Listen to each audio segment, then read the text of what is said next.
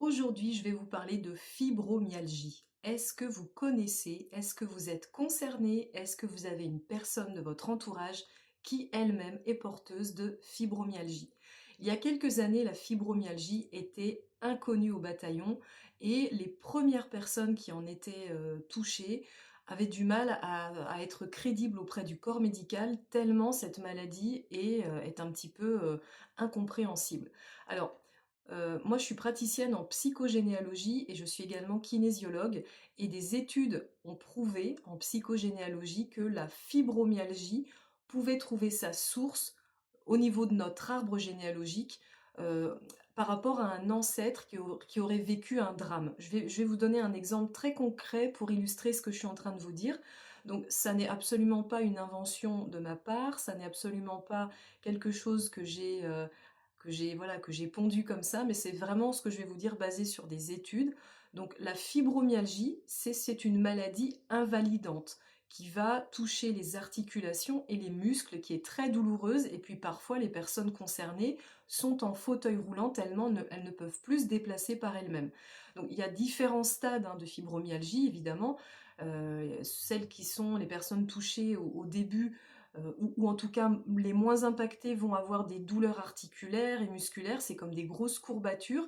Il y a également une sensibilité au niveau de l'épiderme, hein. Enfin moi je sais que j'ai eu un épisode fibromyalgique qui n'a duré que 2 mois, donc c'est rien comparé à certaines personnes que j'accompagne qui sont impactées depuis plusieurs années.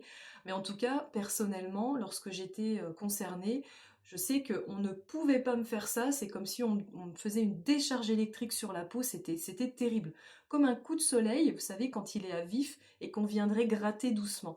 Donc, ce qu'il faut comprendre, en lien avec la psychogénéalogie, l'explication qu'on pourrait en donner, bien sûr, on n'exclut pas l'explication médicale aussi, évidemment, c'est que toute maladie invalidante, que ce soit fibromyalgie, sclérose en plaques, Parkinson et d'autres, peuvent être en lien avec une personne qui a vécu un drame. Par exemple, vos grands-parents ont perdu un enfant jeune, soit un bébé à l'âge d'une semaine, un mois, ou un jeune fils de 18 ans qui serait mort à la guerre ou qui aurait eu un accident.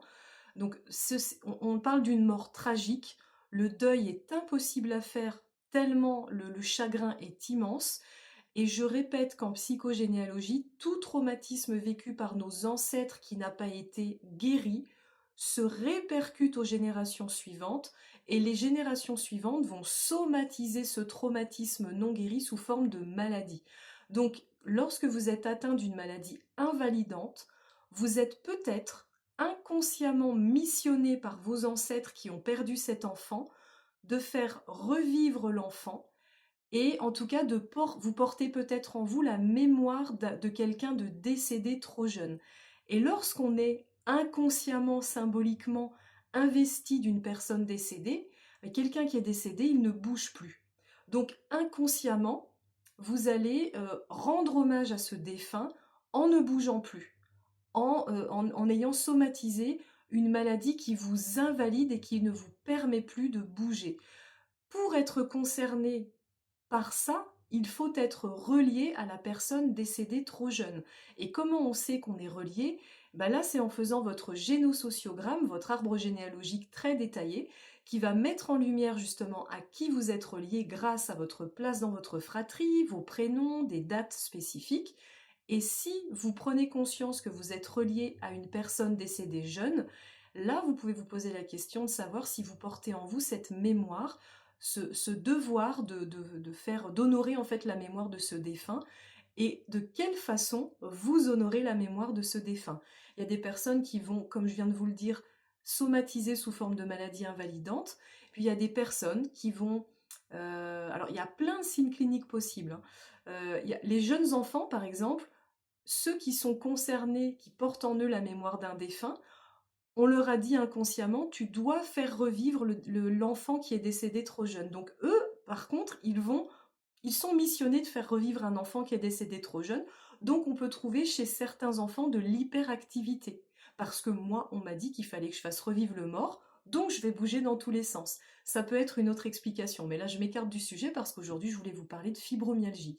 Si ça résonne en vous, n'hésitez pas à me le faire savoir. Je répète que ce n'est pas la seule explication à la fibromyalgie, bien entendu, que ça peut vous apporter des pistes. La psychogénéalogie peut apporter d'autres pistes. Si vous êtes intéressé, n'hésitez pas à me contacter par mail mdkc39@gmail.com. Vous avez également le lien de mon site dans ma bio TikTok et sachez que je propose des visios pour les personnes qui ne seraient pas en Vendée.